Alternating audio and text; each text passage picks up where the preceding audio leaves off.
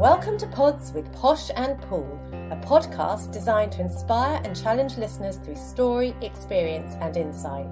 To face adversity, learn from suffering and discover how to embrace life with a heart filled with love and gratitude. We are so thrilled to have you journey with us and can't wait to share your stories. Join Sue O'Callaghan and Joanne Webb as we disrupt the theory that everyone has perfect lives. Hi and welcome to the latest edition of Impact Mental Health Podcast. Today we're joined by Angharad Candlin, a registered psychologist who has been working with families for over 30 years. Today we're getting deep into the symptoms of depression and anxiety, how we can help our teenagers and how we can help ourselves. And we're going to cover brain health, which is super exciting, and Angharad offers some cool, simple tips that we can all implement to help our brain to be the best functioning brain, the healthiest brain it can possibly be. Welcome and thanks for joining us. Hi Angharad, we're so pleased to have you here. Could you please just give us all a little bit of an introduction to who you are? I'm a registered psychologist. I'm a board authorised supervisor, and I've been working with families in a whole variety of different settings for 30 years now. Since you were just born? Since I was just born, that's exactly right, yes. So very young, came to it very young. And I've got 4 boys. So between us, we've got 16 children. We've got 12. I can't count. Yeah. You're very good at psychology, but not very good at Not good at maths. Not very good at maths. I would like to say I've only got 1 and you've got 11 between you, but that's not the case. No.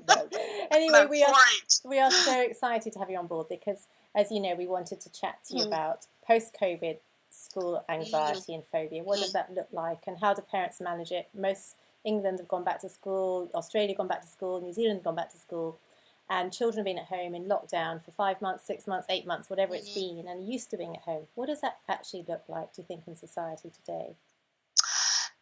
I'm going to say something that might be a little bit radical, but I actually think the post-COVID anxiety is actually sitting with parents more than it's sitting with children.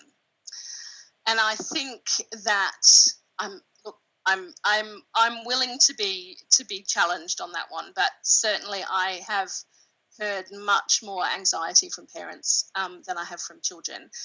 Children are anxious about it, that's for sure, but it's around their social skills, it's around playing with their friends, it's around who are they going to get on with, what's the teachers going to be like.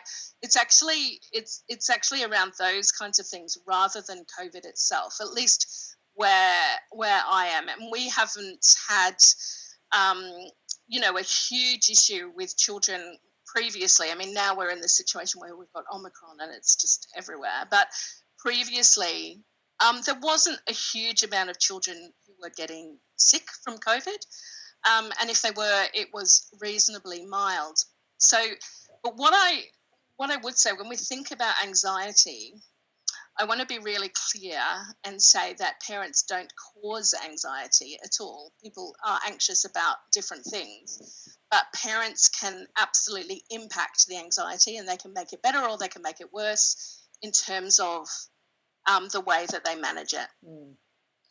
And I mean, I love what you're saying about the whole COVID. Like, children are generally not anxious about COVID. There's more probably anxiety with the parents around COVID. But take COVID away, children are going back into an environment that they've been taken away from, and it's been very unstable for 2 years. So that in itself, if we don't even relate it to COVID, which is very hard to differentiate, I know, but even them just going back, do you think that, at the beginning of every school term, there's some anxiety around all of the things you mentioned, isn't there? Do you think it's now heightened because of the uncertainty of the last 2 years? I do, and I think it's also heightened. I don't know about in New Zealand, but in Australia, all of the kids have got to wear masks, so it's very obvious. So they haven't, when they've been back before. So we had a 6 or 8 week lockdown in 2020, and then we had a longer lockdown in 21. So I'm in Sydney, so New South Wales has had the biggest outbreak in all of the Australian states. I actually think that the initial one was probably easier because harder and easier in so many different ways. I think it was harder because it was new and it was scary, and none of us knew what it meant. We were all in this together, and I think a lot of parents were trying to be okay when in fact none of us were really okay because we didn't know what was going on. But it was also easier because we were all in it together. Everybody, we were all in it together. And then what we have seen is that, so then in 21, we had a long lockdown in Sydney, and that was tough. That was really hard. And it wasn't hard for me. I actually loved it. So I was at home and working from home and not having to sit in traffic. But for a lot of people, it was very tough. But yes, so I think there is always anxiety about new things and different things in children. And it's very, very normal, and it's very developmentally appropriate. There's often two different ways that parents respond to children's anxiety. One is that they over respond to it, and one is that they minimize it completely and tell the kids to get over it. And neither of those are great. There's actually a happy medium that we need to be looking at in terms of supporting children with anxiety. So the way that we look at that, we use the term accommodating. So how do parents accommodate the child's anxiety? What we want to do as parents, our natural inclination, because we love our children, is to keep them safe. And if they're feeling scared, we want to protect them. We absolutely want to do that. That is the most fundamental part of being a parent, I think, is to keep our children safe and protect them. But our children, we can't protect our children. We have to just work that out at some point as a parent. We can't actually protect our children all the time. They are going to be away from us. And that can be really hard for parents. It can be particularly hard for parents as their children are going into kindy, because that's the first time, or into sort of long daycare or childcare, because that's when they're first being away from their children and they can't protect them. That's the realization, I think, at that point, that fundamentally I cannot protect my little person.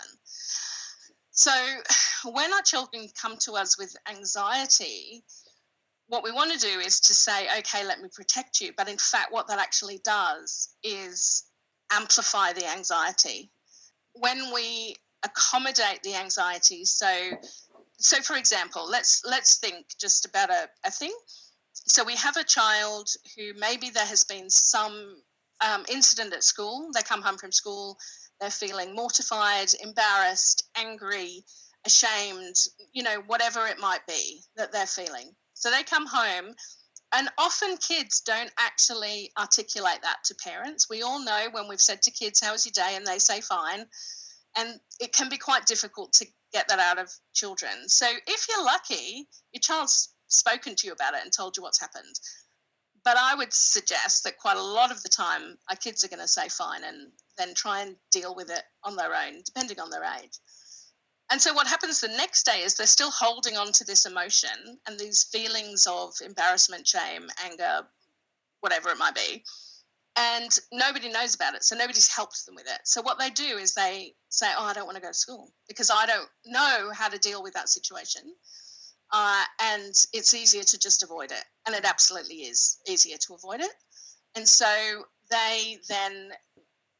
so the parent says, okay, you can have the day off, which might be easier for now, but actually that's the first step to school refusal, because the child hasn't actually learned how to deal with those challenging emotions, and the parents has accommodated it. So rather, what would be a better way of dealing with it for a parent is to actually make the space for the conversation. And the conversation would go something like, obviously it changes up depending on personalities of children and all of those kinds of things, but it might go something like, I could tell that you weren't quite okay when you came home from school yesterday, and I was concerned about that. And I was wondering whether something had happened with, at school. And the child may say yes, which is great, but will often say no. And then you say, well, I can see that it was really bothering you, and I could see that you were upset. You were upset and you were disappointed. And I'm sorry that was your situation. I'm here if you want to talk to me about it, because I think school can be really tough. So let's assume a parent has laid the space to have the conversation. They talk about the emotions, they talk about the feelings, and then they talk about the incident. Whereas most parents will talk about the incident and maybe talk about the feelings if we're ready for it. But this is the crucial thing, I think, around things that make us, all feelings that we have really, is that if we've got a big feeling, we can't actually hear logic. We can't hear the, problem solving. We can't hear the logic about it. We can't hear the, oh, well, that's okay if you just go and talk to the teacher and let the teacher know. We can't hear it because there's an emotional space that we need to attend to. And so we talk with the child about, and we might say, it sounds like you're really upset. It sounds like you were really disappointed with that. And then we just sit there with it. We sit and we just make a space for the conversation. And if the child doesn't say anything, that's okay. We might just leave it for a little while, and then, for, a minute or so, and then we might say, I'm really sad that you're feeling really sad.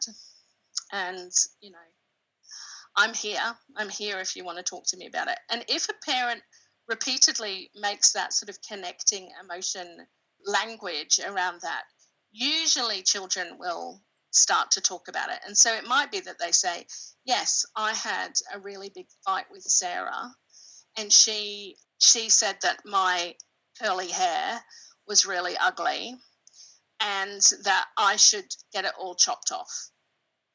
For example, I've got curly hair for your listeners, so I'm just talking about myself here. And then the parent can say, wow, that sounds like that was really hurtful. And I imagine that you feel really betrayed by that because you thought Sarah was your friend, and that sounds like that was a really mean thing to happen, and that would absolutely upset you. And so you sit in that emotion space and you talk about it and you talk around it, and then you say, what do you think we can do about it? How would you like to handle this? And how can I support you to handle it? So we're not fixing it. What we're doing is we're giving them the opportunity to fix it with our support. Yeah. Mm-hmm. And so that's what we need to do really first off.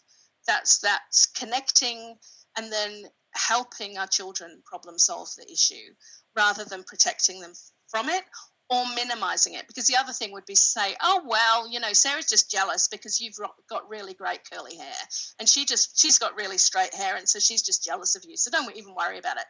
Not helpful, because it's not addressing the emotions that's going on for the child. And what it does is say inadvertently to this child, I'm not interested in your problem. Like, your problem is really small and you should just be able to get over it. And that's not helpful either. And I think what I love about what you're saying is that, any manifesting behaviour, whether it's addiction, there might be people listening where a child's suffering depression or self-harm or eating disorders, it's a manifestation of the problem, but it's expressed through and felt through the feelings and emotions. So what you're saying is empowering your children to be in touch with feelings and emotions, teach them emotional regulation, teach them that they're really safe to express their feelings, and not only are they safe to express them, but also there's a safe space in which somebody will help them deal with their feelings and emotions, and then also beyond that, give them a structure to help themselves find a solution for themselves as opposed to rescuing. Yes. In terms of bodily reactions, we know that our feelings and emotions are felt physiologically. And we know that one of those is a child might come and say, I've got a stomach pain today, I don't want to go to school. What other signs and symptoms might parents look for in terms of those physiological responses? This is actually a really, can give you an example of my now 15-year-old. He was 14 last year. So I'll just paint you the picture of what was happening. So he's doing online school, and he was doing it in our rumpus room with the curtains closed. And he had the iPad, the phone, and the television on all at the same time. And he was multitasking. And he had been doing that for some time. And, of course, I was busy here, but I'd clocked it. And I was like, okay, what's happening here? And then one day he said to me, I think I'm suffering from anxiety and depression. My particularly unhelpful response with that was, no, you're not. And then I thought, well, that's actually not very helpful. So I might just explore this a little bit more. So I said, well, okay, you may very well be suffering anxiety and depression. And I take that really seriously. And I am more than happy to organise for you to see a counsellor. But there are some things that I want you to do first. So I said to him, these are the things that you need to do to help your brain and your body. And I said, you have been lying on that sofa for days on end doing your schoolwork with the phone on, the iPad on, and the television on. He said, yes. I said, okay, first things first. For a month, what I want you to do is I want you to come into the kitchen dining room, which is brighter and people are around there, and I want you to turn off your phone and the television, and you only have your iPad on that you're doing schoolwork on. So he's like, okay. So that's first thing, because what he was doing was feeling very tired, very lethargic, really, uncomfortable, aches and pains. But he'd literally been lying down for weeks on end. So he actually hadn't moved around very much. So I then said, okay, so the other thing that you need to do is you need to go outside for a walk for 1 hour a day. And he was like, oh, really? And this is a very sporty kid. He's a rugby player, so he'd not been able to play sport. He'd not been able to do rugby, but he had sort of taken to the rumpus room so far. He was sort of there. I said, and the next thing that you need to do is when I tell you it's bedtime, you need to go to bed. So you need to be in bed by 9 o'clock because you're staying up late and doing all of it, because his routine was completely out. I said, I want you to do those things for 4 weeks, and then we'll talk about seeing a counsellor. Now, I appreciate that I'm a psychologist, and so I was, if anything had been particularly bad, I would have been here and been able to support that. But I think a lot of parents can panic a bit when they think their children have got depression and anxiety and think that there's nothing that they can do, where in fact there's a significant amount of things that they can do. What we know for brain health is exercise, fresh air, sunshine, vitamin D, good night's sleep, so 10 hours of sleep, or 11 hours of sleep actually, for adolescents, are all going to do a really good job at helping our children recover from those kinds of feelings. So they can have headaches, they can have stomach aches, they can have either really heavy legs or fidgety legs. They can be really volatile in their emotions. And so all of those things. But so what I would say is, if you're noticing those things in your child, then ask yourself the question, are they getting enough sleep? Are they getting enough exercise? Are they being outside? Are they having too much technology? Are they having enough to drink and, sort of water to drink and food to eat? Those are really fundamental things that parents can do. It's basic first aid. Kids don't necessarily need to see a psychologist or a counsellor because those things are transient. So I said to him, what I think you've got is symptoms of depression and anxiety. But symptoms of depression and anxiety are different to having depression and anxiety. And I think we don't necessarily understand that enough, and that we can do things about it. And we don't always have to go to the psychologist. We don't always have to go down the pharmaceuticals road. There's actually some really important things lifestyle-wise that we need to look at first. I love that. I love what you're saying, and it's just reminding me of a Jim Carrey quote, because I think he says something along the lines, I take depression and anxiety totally seriously, but are you doing this, and this? Yeah. And actually what you're saying is really empowering parents, because we do feel really disempowered. I've got children who have got mental health issues, and there you are, and I love the fact that you said, as a psychologist, no, you're not. Thank you for helping our parents feel even more human, because our initial knee-jerk reaction still comes out. We can still be human. It doesn't matter how qualified we are or unqualified we are. We can still all make mistakes initially. Yeah, but absolutely. Just empowering them with this stuff. And actually, parents yourself, are you doing this tick list? Because it's so important. These are such basic things. And yes, we know them up here, but are we actually doing them? And it's amazing, but as you say, getting out in fresh air for a walk. I don't know anybody who goes out the house in a bad mood after a walk and comes back in exactly the same mood. No. It's as you say, it's the vitamin D, it's the fresh air, it's the working through problems in your head, it's moving your body. It's so powerful. What he used to do, so even after the 4 weeks, I think it was just getting him to think outside the box. It's like, you can't do rugby, but you can do basketball. And so what he'd do every afternoon was we've got a little park just opposite our house, and he'd go up to the park, and there's a basketball hoop there, and he would literally just go up by himself and he'd just throw, do some hoops, and it would get school out of his system. He, all of that kind of stuff, and he was outside, and he'd often stay for longer. He's the really sort of active, physical. Well, they all are actually, but in different ways. But that he just hadn't sort of made that connection, and I think lots of people don't make the connection. And I just have to say, in terms of brain health, some of the most effective things for brain health are things that you wouldn't necessarily think about. So one, of course, is water. We think about dehydration in terms of our body, but our brains get dehydrated as well. So we need to keep our brains hydrated. So we do need to drink lots of water for our brains just as much as our body. One of the other things that can be incredibly helpful for brain health, it's like number 2, is singing. Oh, I love it. And I know.